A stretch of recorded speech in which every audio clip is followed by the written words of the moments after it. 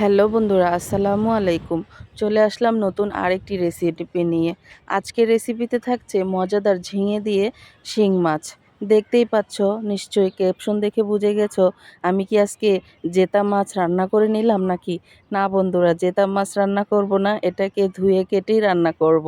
তো এই যে দেখো, আজকে ঝিঙের তরকারিটা কতটা সুন্দর হয়েছে না দেখতে। এই ঝিঙেটা খেতে এতটা মজা হয়, আর কোনো সবজি আমার কাছে এতটা ভালো লাগে না, এই ঝিঙেটা খেতে এতটা ভালো লাগে। তো এই যে দেখো, শিং মাছগুলো কিন্তু একটু বড় সাইজের ছিল। এগুলোকে আমি ভালো করে মাজনি দিয়ে মানে ঘষে ঘষে একদম পরিষ্কার করে নিয়েছি। এগুলোকে আজকে আমি রান্না করব।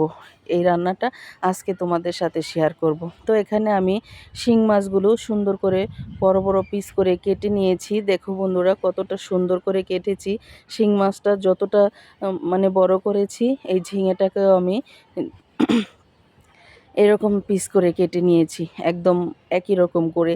তো এই যে দেখো, ঝিঙেগুলো খুব কচি ছিল, সেগুলোকে আমি বাজার থেকে নিয়ে এসেছিলাম, সেটাকে আজকে রান্না করব। তো ওখানে কাঁচামরিচ, এই কাঁচামরিচগুলো কিন্তু খুবই সুস্বাদু দেশি মরিচ। তো এই যে দেখো, আমি একটি হাঁড়িতে কিন্তু এখানে তেল বসিয়ে দিচ্ছি। তেলটা, পেঁয়াজটা আমি এখানে গরম করব, আর ওদিকে মাছটাকে আমি মশলা দিয়ে ম্যারিনেট করে নেব। তো এই যে সরিষার তেলে পেঁয়াজ দিয়ে দিলাম, এটা হচ্ছে। আর এপাশে আমি শিং মাছের মধ্যে দিয়ে দিচ্ছি এই যে মজাদার এই কাঁচামরিচগুলো। কাঁচামরিচটা নিশ্চয়ই তোমরা দেখেই বুঝতে পেরেছো যে কতটা মজা লাগে। এই কাঁচামরিচটা কিন্তু এমনিও খাওয়া যায় তরকারিতে না দিয়ে। তো এই যে দিয়ে দিলাম পরিমাণ মতো লবণ। তোমরা কিন্তু বন্ধুরা এভাবে না করে মশলাটাকে হাঁড়িতে কষিয়েও রান্না করতে পারো। তো আমার কাছে মনে চাইলো যে আজকে আমি গ্রামের মতো গ্রামীণ স্টাইলে তরকারিটা রান্না করে তোমাদের সাথে শেয়ার করব। আর ওইভাবে রান্না করলে কিন্তু খুব সুন্দর গ্রান হয় আমার কাছে, এবং আমার হাজব্যান্ডও খুব ভালো লাগে, সেও খুব পছন্দ করে। তো এই যে দেখো, এখানে আমি কিন্তু হলুদের গুঁড়ো, মরিচের গুঁড়ো, ধনিয়ার গুঁড়ো, এগুলো আমি কিন্তু সব আমার মানে সবজি এবং মাছ অনুযায়ী আমি নিয়ে নিয়েছি। তোমরা কিন্তু বন্ধুরা আমার সমান রান্না করবে না, হয়তো কম অথবা বেশি রান্না করবে। তোমরা কিন্তু ওইভাবেই তোমাদের আন্দাজ অনুযায়ী মশলা দিয়ে নিতে পারো। তো এই যে দেখো, আমি যে পেঁয়াজ আর তেল গরম করতে দিয়েছিলাম, সেটা হয়ে যাওয়ার পর কিন্তু এখানে মশলা এবং মাছ দুটোকে আমি একসাথে ঢেলে দিয়েছি। এই রান্নাটা কিন্তু খুব সুন্দর গ্রান হয়। তোমরা মনে করো না যে কাঁচা মশলা দিয়ে তরকারি খাবো, কিন্তু না, এখানে আমি হালকা মশলা আহ, মানে হালকা পানি দিয়ে দেব।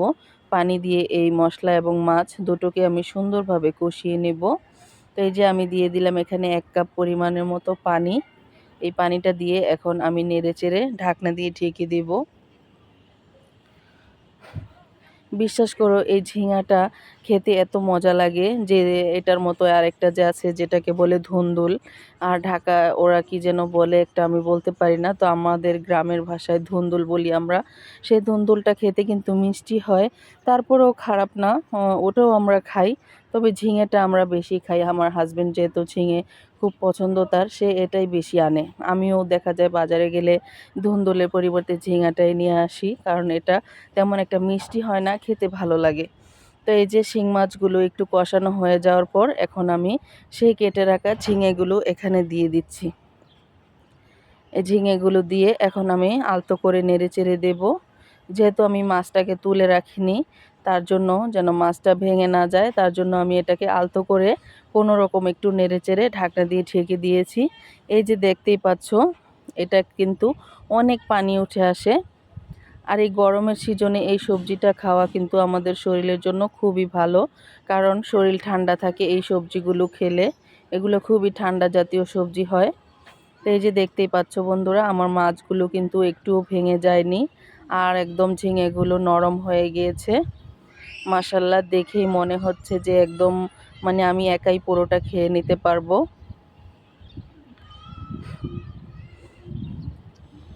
তো বন্ধুরা, তোমাদের কাছে আমার রান্নাটা কেমন লাগলো? যদি ভালো লাগে একটি লাইক দিয়ে কন্টিনিউ করো, এবং ফ্যামিলি এবং ফ্রেন্ডসদের সাথে শেয়ার করতে ভুল করবে না। আর যারা নতুন সদস্য আছো, প্লিজ আমার চ্যানেলটা সাবস্ক্রাইব করে পাশে থাকা বেল আইকনটা অন করে দিবা।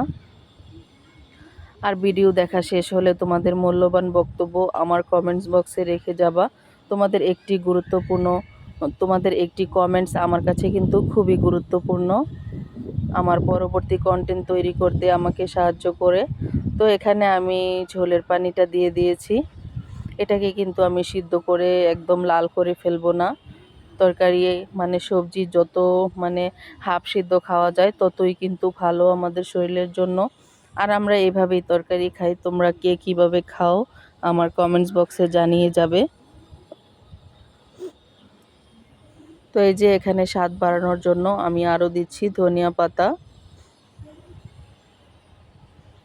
আমি আর একটু সময় ঢাকনা দিয়ে ঢেকে দিচ্ছি। তো এই যে আমার রান্নাটা আজকে কমপ্লিট হয়ে গিয়েছে বন্ধুরা। আবারও বলছি, একটি লাইক দিতে যদি ভুলে গিয়ে থাকো প্লিজ একটি লাইক দিয়ে আমার ভিডিওটি কন্টিনিউ করবে।